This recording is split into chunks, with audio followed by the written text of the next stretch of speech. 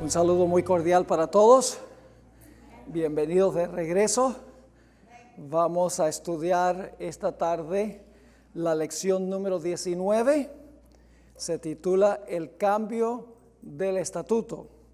Y la base de nuestro estudio será el libro de Isaías, el capítulo 24. Vamos a tener una oración para comenzar. Oremos. Padre Celestial, gracias te damos por el privilegio una vez más de reunirnos. Como hemos hecho antes, queremos pedir que nos acompañes, porque sabemos que solamente el que inspiró la Biblia puede explicarnos ese libro. Así que pedimos luz de lo alto para comprender y para proclamar y para practicar. Gracias por escucharnos. Te lo pedimos en el nombre de Jesús. Amén. Muy bien, vamos en nuestras Biblias a Isaías el capítulo 24.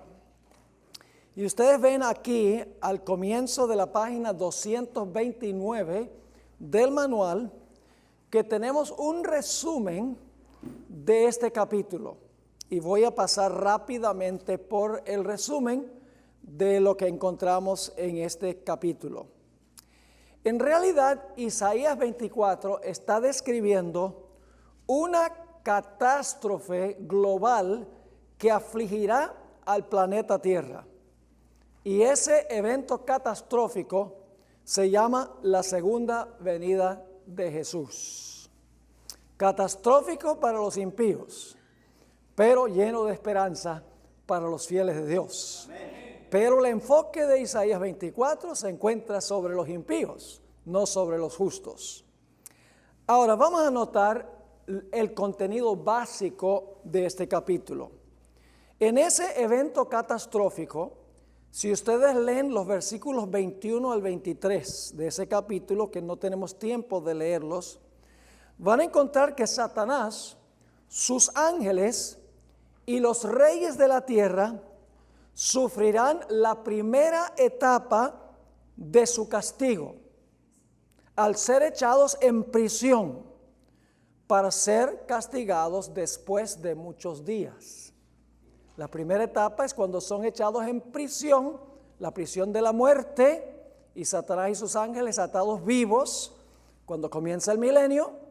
Y la segunda etapa, después de muchos días o de los 1000 años, entonces sufren la segunda etapa de su castigo, que es la destrucción eterna. Es decir, los muchos días de Isaías 24 equivalen a los 1000 años de Apocalipsis el capítulo 20. Después de los 1000 años, Satanás y sus ángeles, como les mencioné, y los impíos también, sufrirán la segunda etapa de su castigo, que es la muerte segunda. Después de los 1000 años, los justos estarán en la Nueva Jerusalén, en el monte de Sión, dicen los últimos versículos del capítulo. En la ciudad encontramos que brillará la gloria deslumbrante de Dios. La luna se avergonzará y el sol se confundirá, dice allí, cuando Dios reine en Jerusalén y en Sión. El capítulo en su totalidad describe eventos que ocurrirán en la segunda venida de Jesús durante los 1000 años, cuando Satanás y sus ángeles y los impíos quedan encarcelados en este planeta, y los eventos que ocurren después de los 1000 años, cuando Satanás, sus ángeles y los impíos sufren la segunda etapa de su castigo, que es la muerte segunda, la muerte de la cual nunca habrá una resurrección. Ese es el resumen del capítulo 24 del libro de Isaías. Pero ahora necesitamos formularnos una pregunta. ¿Por qué cayó la tierra? ¿Por qué se destruyó el planeta? ¿Por qué vino esta catástrofe sobre este planeta? La respuesta a esta pregunta se halla en los versículos 4 y 5. Aquí explica por qué la tierra será destruida. se destruyó, cayó la tierra, enfermó, cayó el mundo, enfermaron los altos pueblos de la tierra, y la tierra se contaminó bajo sus moradores. Ahora, ¿por qué se contaminó la tierra? La tierra es destruida porque se contaminó, pero ¿por qué se contaminó? 3 razones se dan. Porque, número 1, ¿qué cosa? Traspasaron las leyes. Número 2, falsearon el derecho. Una mejor traducción, el estatuto. Y 3, quebrantaron ¿qué cosa? Quebrantaron el pacto eterno. 3 razones por las cuales se contaminó el mundo, y porque se contaminó vino destrucción o vendrá destrucción sobre el mundo. Los habitantes de la tierra transgredieron las leyes, falsearon el derecho o el estatuto y quebrantaron el pacto sempiterno, también se puede llamar el pacto eterno. Estas 3 expresiones deben entenderse como sinónimas, es decir, no es que cada frase significa algo distinto. No, las 3 frases describen el mismo fenómeno, pero con diferentes palabras. Ahora, el versículo 6 recalca nuevamente que la maldición devoró a la tierra por estas 3 razones, y como consecuencia quedaron pocos hombres o pocos seres humanos. Dice en el versículo 6, por esta causa, es decir, por las 3 razones que acabamos de ver, por esta causa, la maldición consumió la tierra y sus moradores fueron asolados. Por esta causa, es decir, por estas 3 razones, fueron consumidos los habitantes de la tierra, y luego la traducción dice, y disminuyeron los hombres. En realidad en el hebreo dice que quedaron pocos hombres. Y en realidad los que quedaron no son impíos que quedan vivos en la segunda venida. Los pocos que quedan son los fieles que no son destruidos en la segunda venida de Jesús. Así que vamos a mirar ahora las 3 razones por las cuales en la segunda venida este mundo será destruido. Y vamos a encontrar por qué razón se contaminó la tierra. Miremos primero la expresión traspasaron las leyes, que se encuentra en Isaías 24 y el versículo 6. ¿A cuáles leyes se refiere este versículo? No tenemos que adivinar. No cabe duda que las leyes son las que se encuentran en los 10 mandamientos de la ley de Dios. Vamos a leer Nehemías, el capítulo 9 y el versículo 13 y 14. Y sobre el monte de Sinaí descendiste, hablando de Dios, y hablaste con ellos desde el cielo, y les diste juicios, ¿qué más? Leyes verdaderas, ¿y qué más? Y estatutos y mandamientos buenos. ¿Y qué más les dio? Y les ordenaste el sábado santo para ti. Y por mano de Moisés tu siervo les prescribiste mandamientos, estatutos y la ley. ¿Cuáles son las leyes que se mencionan aquí en Isaías 24? Son las leyes que Dios reveló en el monte Sinaí. Noten Éxodo 24 y el versículo 12.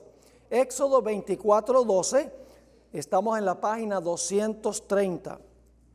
Entonces Jehová dijo a Moisés, sube a mí al monte y espera allá, y te daré tablas de piedra, ¿y qué más?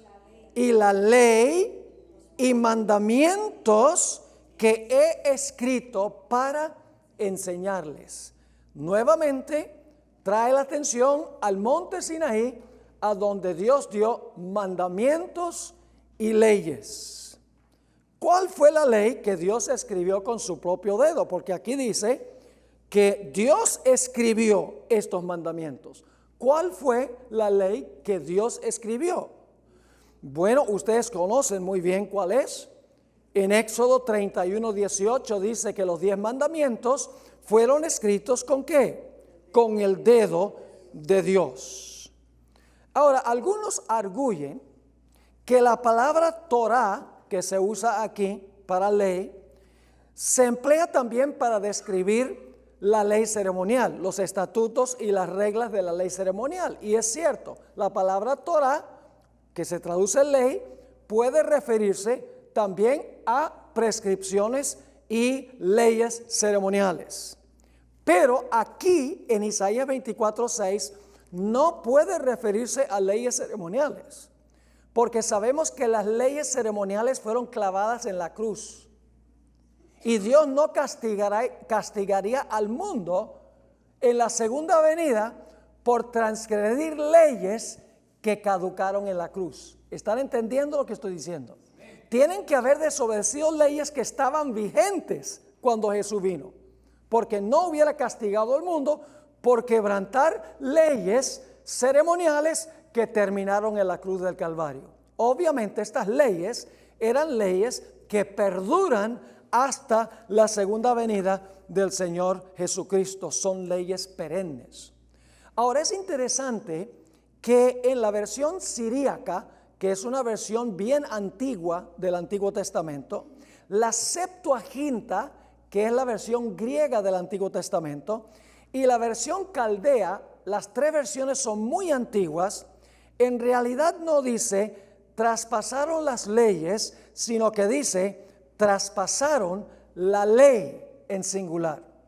Es decir, que una de las razones por las cuales Dios va a destruir la tierra en la segunda venida del Señor Jesucristo es porque traspasaron la ley de Dios, traspasaron los 10 mandamientos. Ahora, esa es la perspectiva del libro de Isaías. Pero ¿será que el Nuevo Testamento también nos dice que los impíos se van a perder porque quebrantaron los mandamientos de Dios? Vamos a notar algunos textos del Nuevo Testamento. Empecemos en Mateo 24 y el versículo 12. Ustedes saben que Mateo 24 tiene las señales de ¿qué? Las señales de la venida de Jesús. ¿Cuál será una de las señales de el tiempo del fin según Mateo, el capítulo 24 y el versículo 12? Dice, y por haberse multiplicado, ¿qué cosa? La maldad, el amor de muchos se enfriará. Ahora yo necesito explicarles algo sobre esa palabra que se traduce aquí, maldad. No es la mejor traducción. Es la palabra griega anomías. Ahora, la palabra griega para ley es nomos. Nomos. Cuando en el griego se le pone una A antes, significa en contra de. La palabra anomías significa transgredir la ley.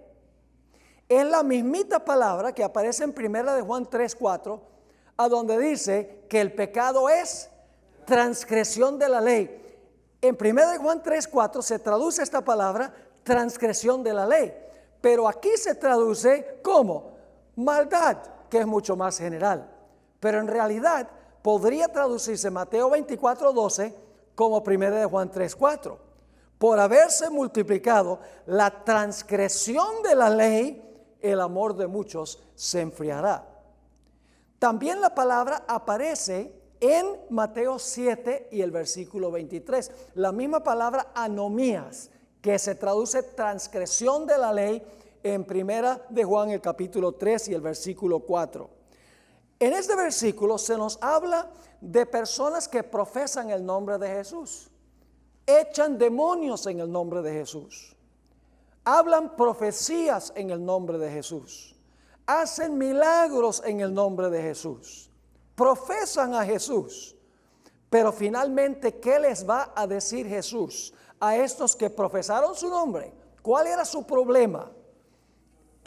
Aquí dice claramente en Mateo 7 y el versículo 23, entonces les declararé, nunca os conocí, apartaos de mí, hacedores de maldad. Nuevamente se puede traducir, apartaos de mí, transgresores de la ley, que es la mismita palabra de primera de Juan 3:4. A veces yo no entiendo por qué en un versículo lo traducen de una manera y en otro versículo lo traducen de otra manera. Pero es la mismita palabra anomías, personas que se oponen a la ley. Ahora notemos el Salmo 40 y el versículo 7 al 8. ¿Qué distingue a los fieles de los infieles en el tiempo del fin? Este versículo está hablando, en realidad, estos dos versículos están hablando es de Jesús. Pero quiero que noten algo muy interesante. Dice, entonces dije, he aquí vengo. Está hablando Jesús aquí proféticamente. En el rollo del libro está escrito de mí. El hacer tu voluntad, le está hablando a su Padre, el hacer tu voluntad, Dios mío, me ha agradado. Y tu ley está, ¿dónde? En medio de mi corazón. Ahora, noten lo que dice Hebreos 1 y el versículo 7 y 8. Nuevamente la palabra anomías. Hebreos 1, 7 y 8. Dice, mas del Hijo dice, tu trono, oh Dios, por el siglo del siglo. Cetro de equidad es el cetro de tu reino. Y ahora dice de Jesús, has amado ¿qué? La justicia y aborrecido la maldad. Esa palabra maldad, nuevamente, transgresión de la ley. ¿Qué se dice de Jesús? Amó ¿qué cosa? La justicia y aborreció la transgresión de la ley. Por lo cual te ungió el Dios tuyo con óleo de alegría más que a tus compañeros.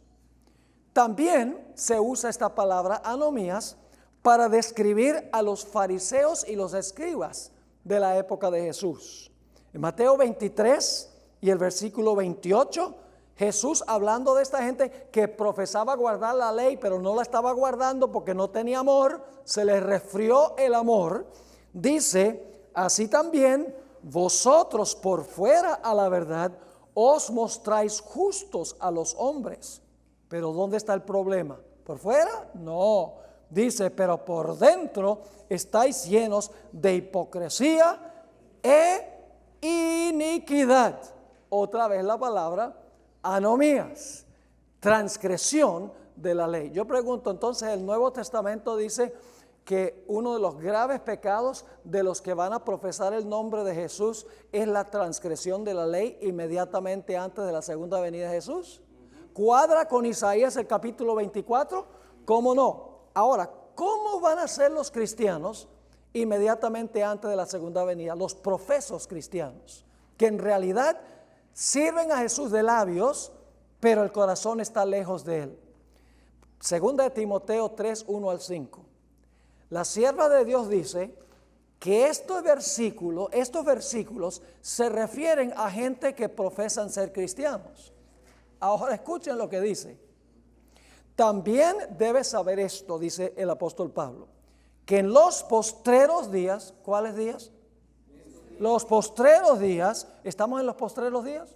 Sí, vendrán tiempos peligrosos, porque habrá hombres amadores de sí mismos, avaros, vanagloriosos, soberbios, blasfemos, desobedientes a los padres, ingratos, impíos, sin afecto natural, implacables, calumniadores, intemperantes, crueles, aborrecedores de lo bueno, traidores, impetuosos, infatuados, amadores de los deleites más que de Dios. Y ahora escuchen, está hablando de gente que profesa ser cristiana, que tendrán ¿qué cosa? La apariencia de piedad, pero negarán la eficacia o el poder, podríamos decir, de ella. A estos evita.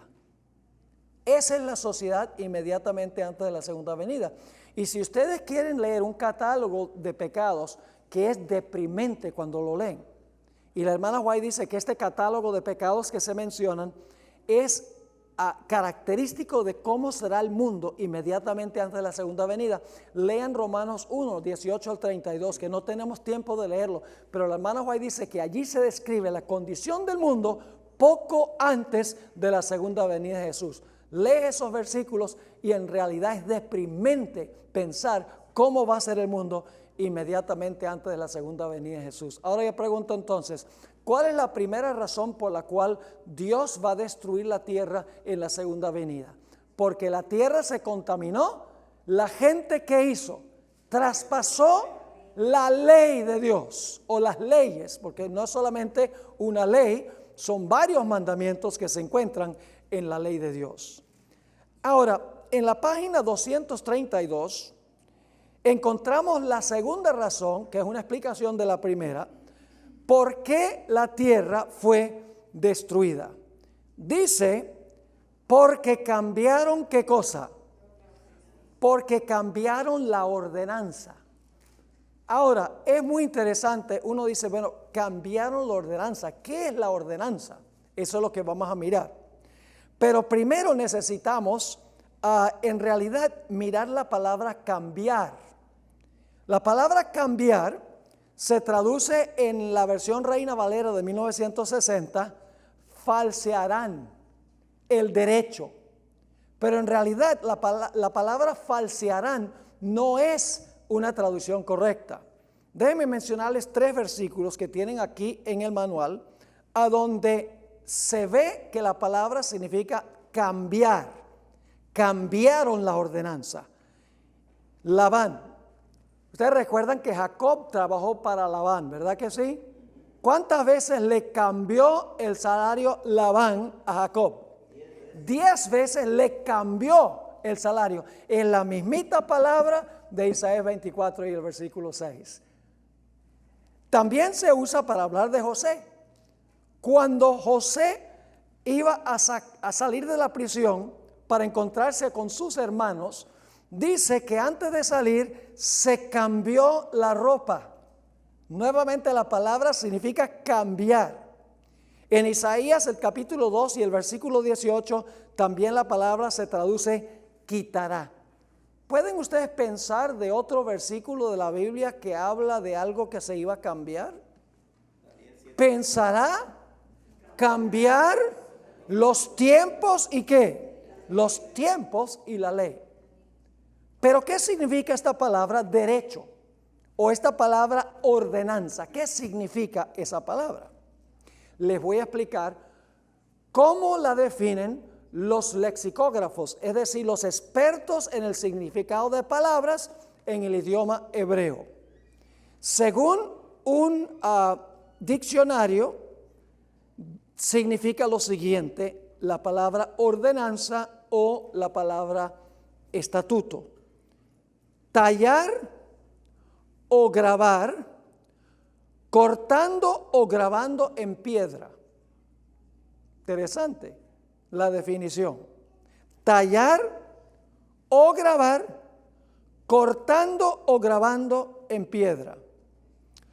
Otro diccionario hebreo da la siguiente definición: grabar leyes sobre tablas de piedra o metal con el fin de colocarlos en un lugar público. Otro léxico, Brown, Driver and Briggs, uno de los léxicos más famosos del idioma hebreo, define la palabra como cortar en, cortar sobre, grabar, inscribir, recalcar y demarcar. Yo pregunto, ¿qué fue lo que Dios cortó sobre piedras o grabó sobre piedras? Los 10 mandamientos los grabó sobre tablas. Es interesante que los expertos en el idioma hebreo, los que saben definir en términos léxicos las palabras, claramente dicen que significa tallar o grabar, cortando o grabando en piedra. Y otro dice, significa grabar leyes sobre tablas de piedra o de metal para exhibir en un lugar público. El tercer léxico dice cortar en, cortar sobre, grabar, inscribir, recalcar y demarcar. Esta palabra que se traduce estatuto o que se traduce ordenanza, se usa en relación con otras palabras en el Antiguo Testamento. Aparece junto con las palabras palabra, testimonio, ley, juicio y mandamiento.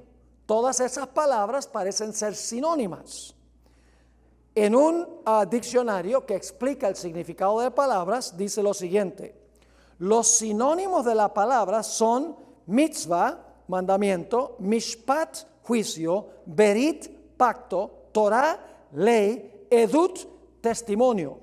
No es fácil distinguir entre estos sinónimos, pues a menudo se encuentran juntas.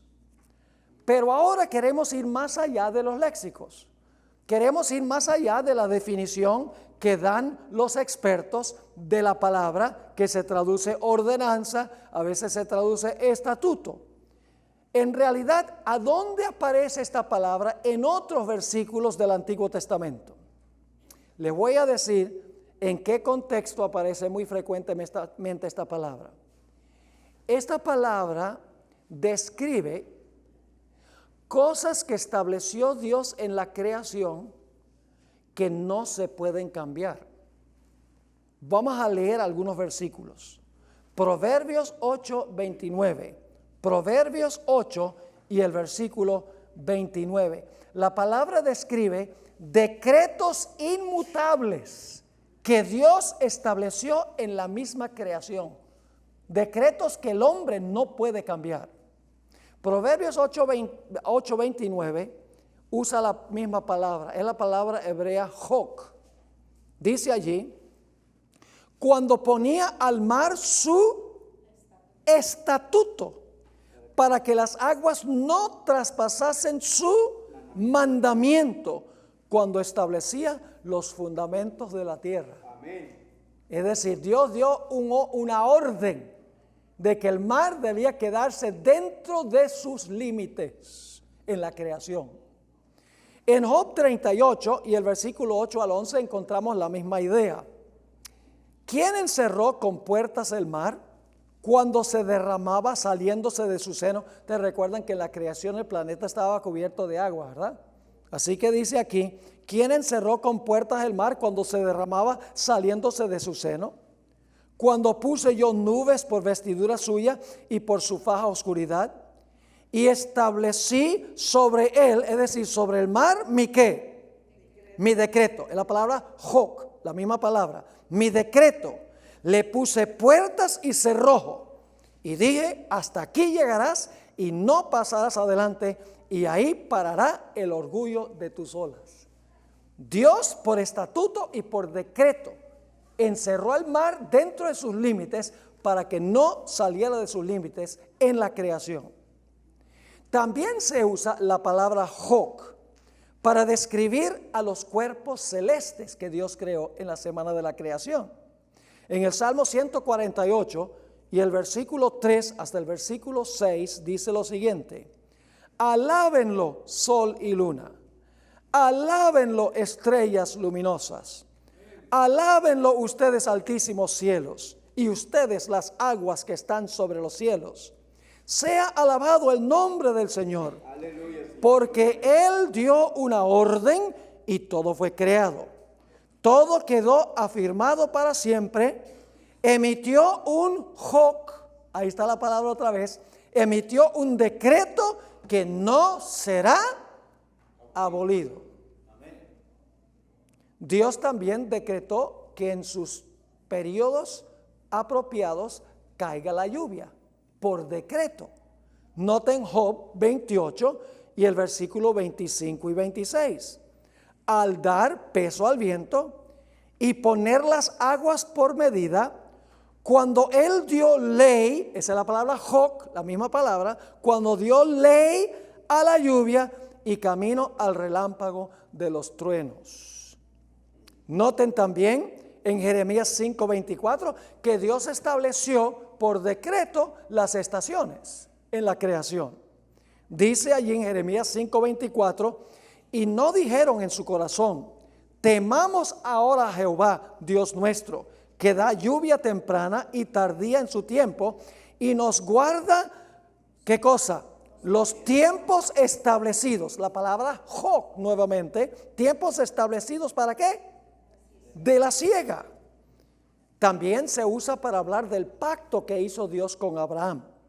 Primera Crónica 16 y 17 dice del pacto que concertó con Abraham y de su juramento a Isaac, el cual confirmó a Jacob por estatuto, es decir, por decreto.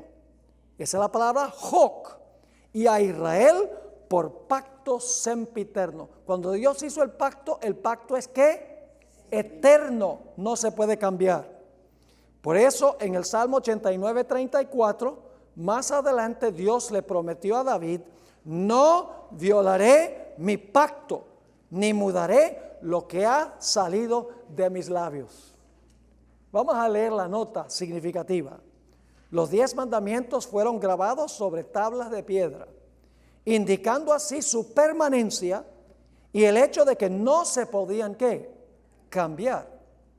En inglés usamos la expresión set in stone, ¿sí o no? Y usamos la expresión etched in stone para referirnos a algo que no puede cambiar. Es decir, la palabra ordenanza o estatuto son decretos que Dios dio en la creación que no se pueden cambiar. Sigue diciendo, los mandamientos fueron dados como decretos u ordenanzas al hombre. Pero Daniel 7:25 nos dice que el cuerno pequeño, que representa el papado, pensó que podía cambiar los tiempos y la ley. A esto se refiere Isaías 24:5. ¿Cuál cambio ha hecho el hombre en lo que estableció Dios en la creación y que se encuentra en su santa ley? En realidad, el papado ha pensado hacer eso. Noten Éxodo 32 y el versículo 16.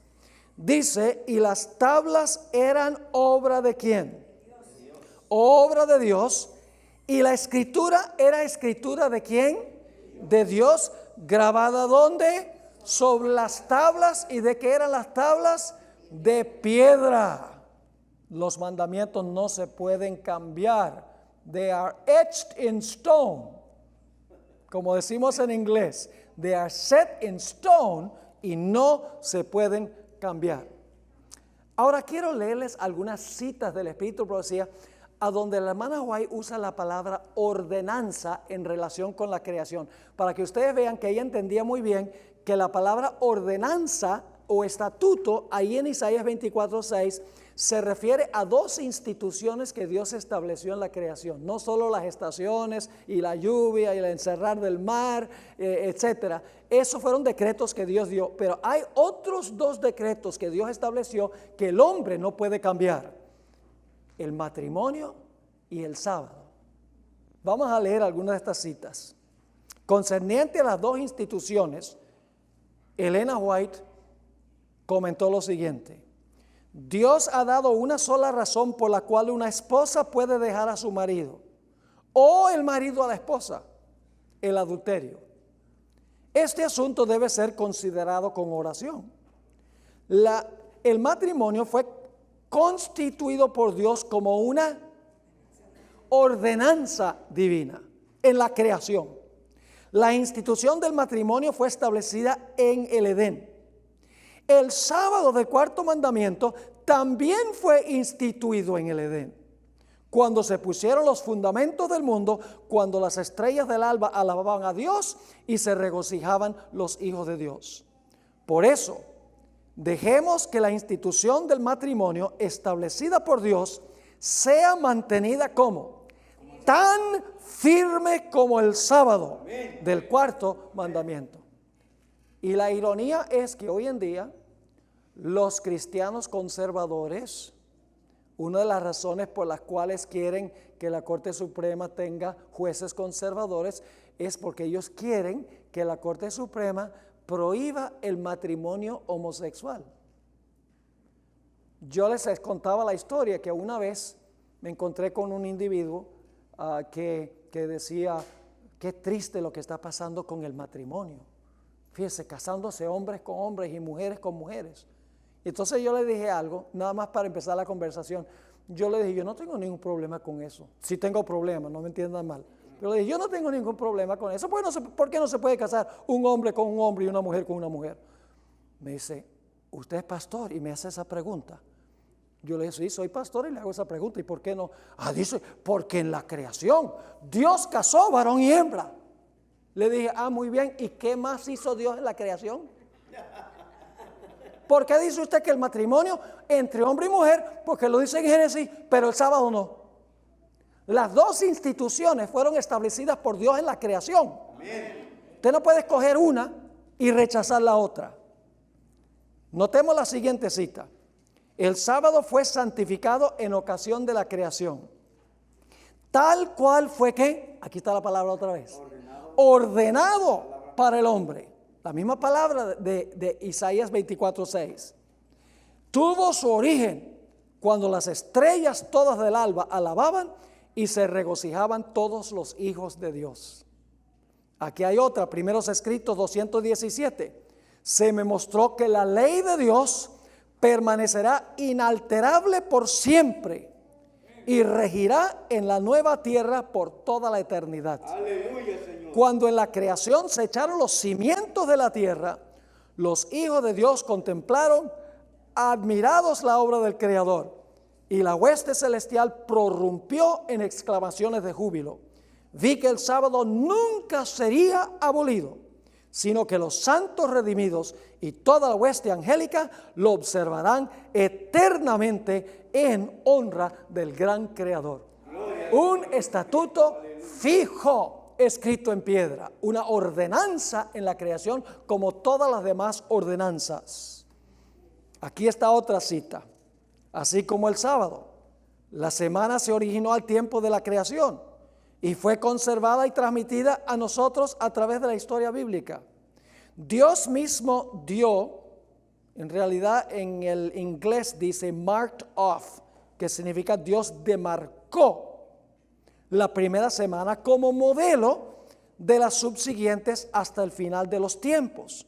Como las demás consistió en 7 días literales, se emplearon 6 días en la obra de la creación y en el séptimo Dios reposó y luego bendijo ese día y lo puso aparte como día de descanso para el hombre. Amén. Vamos a pasar por alto las siguientes 3 citas que se encuentran en la página 235. Pueden leer la cita que viene de Mensajes Selectos, tomo 3, página 365. Pueden leer también la de Mensajes Selectos, tomo 3, página 363.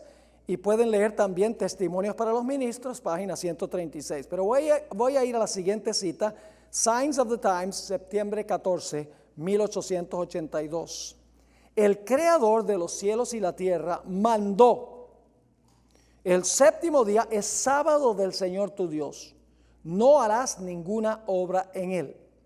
Este mandato fue impuesto por el ejemplo del Creador, proclamado por su propia voz e incorporado en el mismo seno del Decálogo. Pero el poder papal ha quitado esta ¿qué? La palabra que aparece en Isaías 24:6, por lo menos en inglés, que significa ordenanza.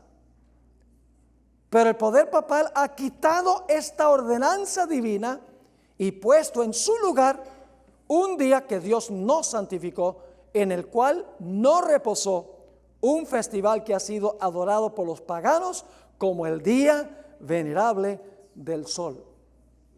Aquí hay otra cita, Conflicto de los Siglos, página 446 y 447. Está hablando de Isaías 58, donde habla de reconstruir el muro que tiene una brecha, el muro que ha sido derribado. Dice, el profeta indica cómo sigue, ¿qué cosa? La ordenanza que ha sido olvidada. Los cimientos, cita ahora Isaías 58, los cimientos de generación. de generación y generación levantarás. Y serás llamado reparador de portillos, restaurador de calzadas para habitar. Si retrajeres del sábado tu pie, de hacer tu voluntad en mi día santo. Y al sábado llamares delicia, santo, glorioso de Jehová. Y lo venerares no haciendo tus caminos, ni buscando tu voluntad, ni hablando tus palabras. Entonces te deleitarás en Jehová. Sigue diciendo, esta profecía se aplica también a nuestro tiempo. La brecha fue hecha en la ley de Dios cuando el sábado fue ¿qué? Cambiado por el poder romano. Pero ha llegado el tiempo en que esa institución divina debe ser ¿qué? Debe ser restaurada. La brecha debe ser reparada y levantados los cimientos de muchas generaciones. Así que hemos visto la segunda razón por la cual la tierra es destruida. Primero, porque transgredieron la ley. En segundo lugar, porque pensaron que podían cambiar la ordenanza que Dios estableció. Y el cuerno pequeño pensó que podía cambiar ¿qué cosa? La ley, el sábado al domingo. Pero tenemos una tercera frase. Quebrantaron el pacto sempiterno. Ahora, hermanos y hermanas, solamente existe un verdadero pacto. Y ese es el convenio entre el Padre y el Hijo. Que si el hombre transgredía la ley de Dios, Cristo se iba a ofrecer para sufrir el castigo de la ley que merecen los seres humanos. Ese es el pacto eterno.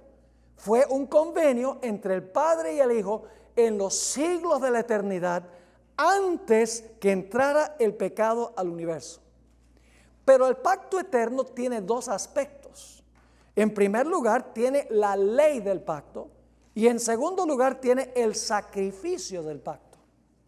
Vamos a Deuteronomio 4 y los versículos 12 y 13.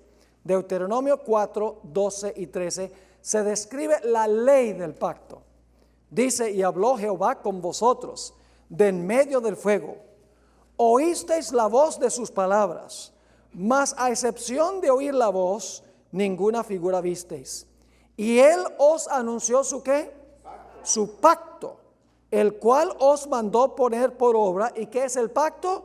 Los 10 mandamientos, y los escribió en 2 tablas de piedra. Yo pregunto, ¿la ley de Dios, según este texto, es el pacto? ¿El pacto tiene ley? Sí, Señor. Pero el pacto también tiene que ver con el sacrificio por el pecado. Note lo que dice Mateo 26 y el versículo 27 y 28. Esto es cuando Jesús instituye la Santa Cena. Y tomando la copa y habiendo dado gracias, les dio diciendo, bebed de ella todos, porque esta es mi sangre del ¿qué? Sangre del nuevo pacto, que por muchos es derramada, ¿para qué? Para remisión de los pecados. El pacto tiene ley y el pacto tiene la sangre de Cristo Jesús. En efecto, lo que tenemos aquí es, como el hombre transgredió la ley, el Señor Jesucristo ofreció el sacrificio que Él había dicho que iba a ofrecer en los siglos de la eternidad. La transgresión de la ley del pacto hace necesaria la sangre del pacto. Pero ¿significa por eso que los seres humanos no tienen que obedecer la ley de Dios? No. Noten Hebreos 13, 20 y 21. Hebreos 13, 20 y 21, a donde se juntan las dos ideas de la sangre de Cristo que redime de la culpa del pecado y al mismo tiempo obras que vienen en gratitud a Dios. Dice allí, y el Dios de paz, que resucitó de los muertos a nuestro Señor Jesucristo, el gran pastor de las ovejas, por la sangre del ¿qué? Del pacto eterno. ¿Qué hace el pacto eterno? La sangre del pacto eterno. ¿Nos da permiso para desobedecer la ley de Dios? No, Señor. Sigue diciendo en el versículo 21. Os haga aptos en toda obra buena, para que hagáis su voluntad. haciendo Él en vosotros lo que es agradable delante de Él por Jesucristo, al cual sea la gloria por los siglos de los siglos. Amén. La sangre del pacto no nos exonera de guardar la ley. Cuando nosotros entendemos el sacrificio que hizo Jesús, el derramamiento de su sangre, será un deleite observar la ley de Dios, la ley del pacto. Noten Hebreos 8 y el versículo 10 al 12. Hebreos 8, 10 al 12. Por lo cual, este es el pacto que haré con la casa de Israel después de aquellos días, dice el Señor. Pondré mis leyes, ¿dónde? En la mente de ellos, y sobre su corazón las escribiré, y seré a ellos por Dios, y ellos me serán a mí por pueblo. Y ninguno enseñará a su prójimo, ni ninguno a su hermano, diciendo, conoce al Señor, porque todos me conocerán, desde el menor hasta el mayor de ellos, porque seré propicio a sus injusticias, y nunca más me acordaré de sus pecados y de sus iniquidades. Yo pregunto, ¿el pacto tiene ley? Sí. ¿Dónde? En el corazón. El pacto también tiene sangre para perdonar las violaciones de la santa ley. Sí. ¿Y quién derramó esa sangre? Cristo Jesús derramó esa sangre. Quiero que notemos el siguiente texto. Este se encuentra en Apocalipsis 7 y el versículo 13 y 14.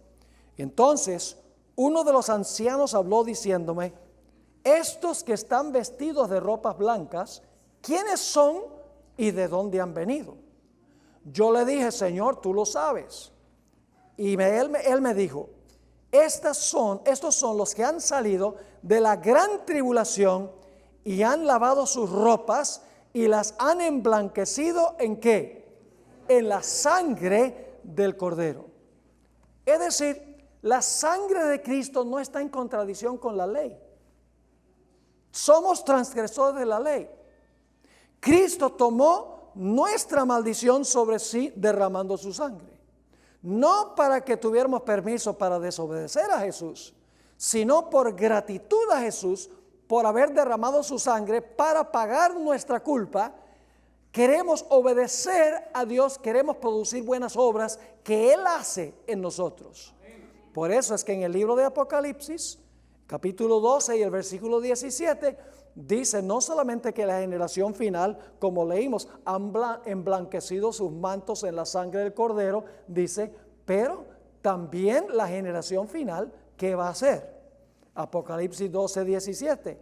Entonces el dragón se llenó de ira contra la mujer y se fue a hacer guerra contra el resto de la descendencia de ella, los que guardan los mandamientos de Dios y tienen el testimonio de Jesucristo.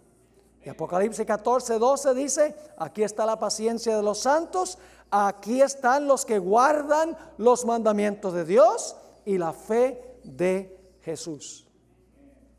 Ahora yo pregunto, ¿quién pagó la deuda para que nosotros pudiéramos ser salvos? ¿Quién derramó su sangre? El Hijo de Dios. Jesús.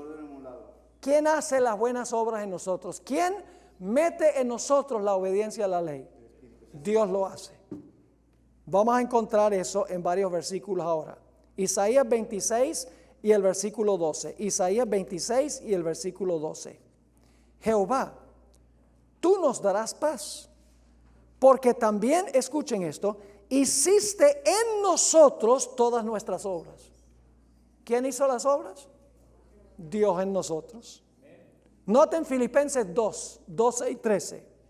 Por tanto, amados míos, como siempre habéis obedecido, no como en mi presencia solamente, sino mucho más ahora en mi ausencia, ocupaos de vuestra salvación con temor y temblor, porque Dios es el que en vosotros produce así el querer como el hacer por su buena voluntad.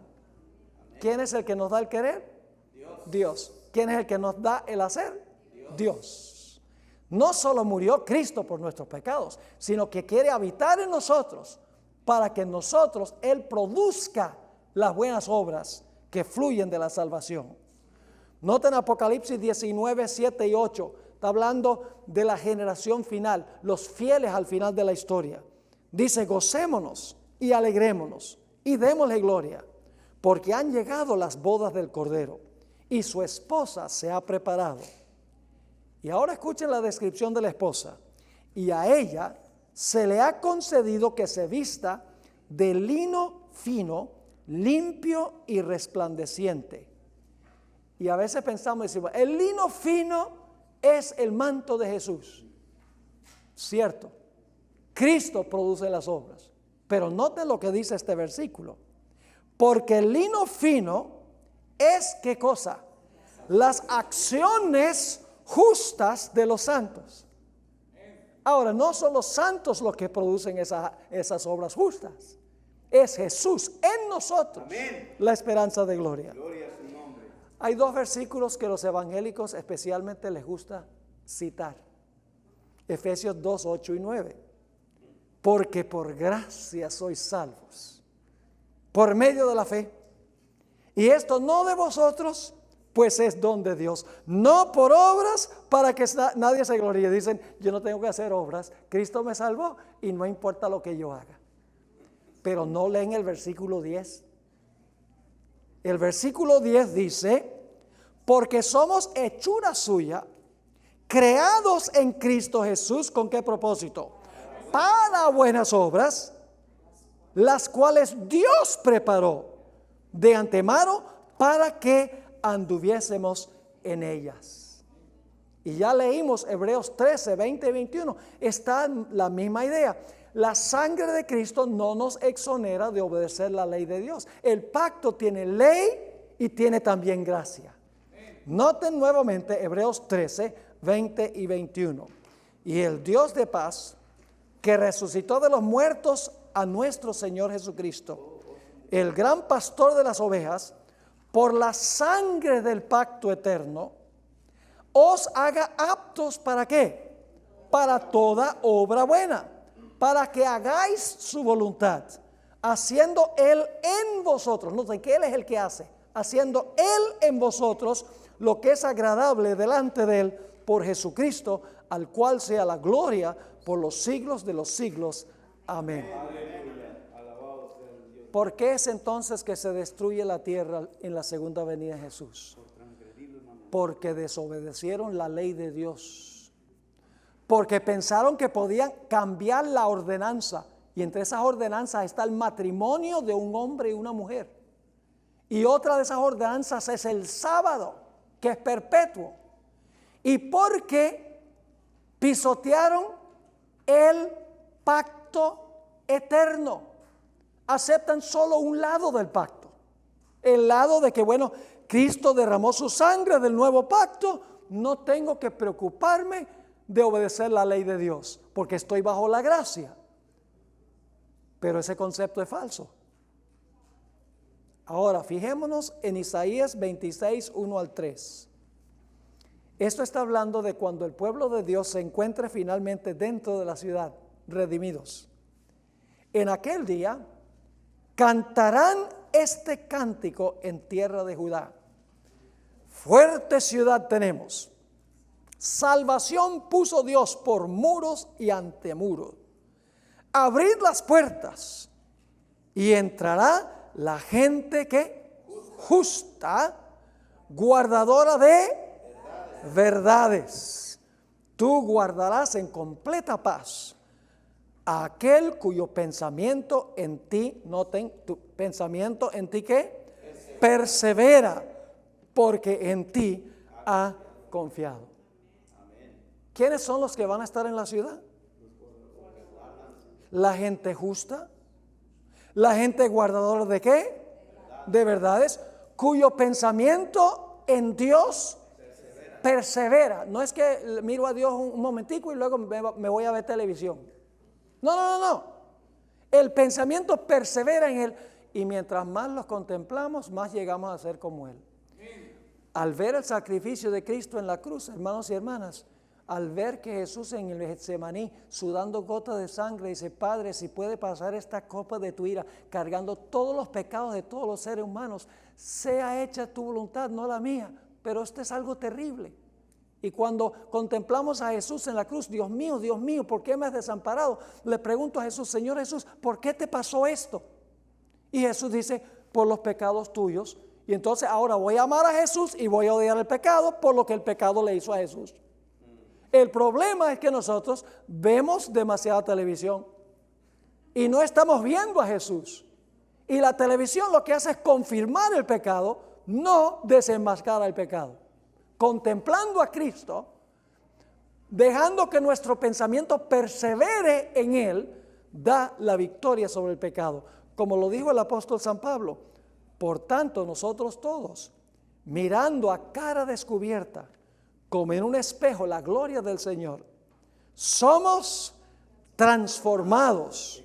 Mejor traducción sería, estamos siendo, porque es un verbo progresivo, estamos siendo transformados. Metamorfosis, ya vimos eso cuando hablamos de darle gloria a Dios. Somos transformados de gloria en gloria en la misma imagen como por el Espíritu del Señor. La victoria sobre el pecado se gana contemplando a Jesús. Tomando esa hora diaria que la hermana White dice, especialmente las escenas finales de la vida de Cristo, cuando vemos lo cruel que fue tratado por cargar nuestros pecados, vamos a odiar el pecado y vamos a querer ser obedientes al Señor Jesús. Amén. La hermana White en el libro Hijos e Hijas de Dios, lamentablemente yo busqué esta cita en español y aunque el libro Hijos e Hijas de Dios existe en español, esta parte no está traducida en el libro en español. Así que puse la página en inglés y traduje la cita. Al contemplar a Jesús, al hablar de Él, al meditar sobre la hermosura de su carácter, somos cambiados. Cambiados de gloria en gloria. ¿Y qué es gloria? Pregunta la hermana White. ¿Qué es gloria? Carácter. Somos cambiados de carácter en carácter. Así vemos que hay una obra de purificación que ocurre al contemplar a Jesús. Amén. ¿Hay algún conflicto entonces entre la ley y la gracia? No. ¿Qué clase de gente será fiel al final de la historia?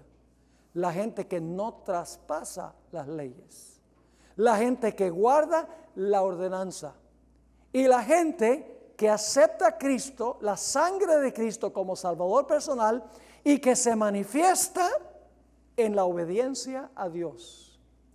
Mientras que todo el mundo está violando esas tres cosas, el remanente fiel será obediente a Dios.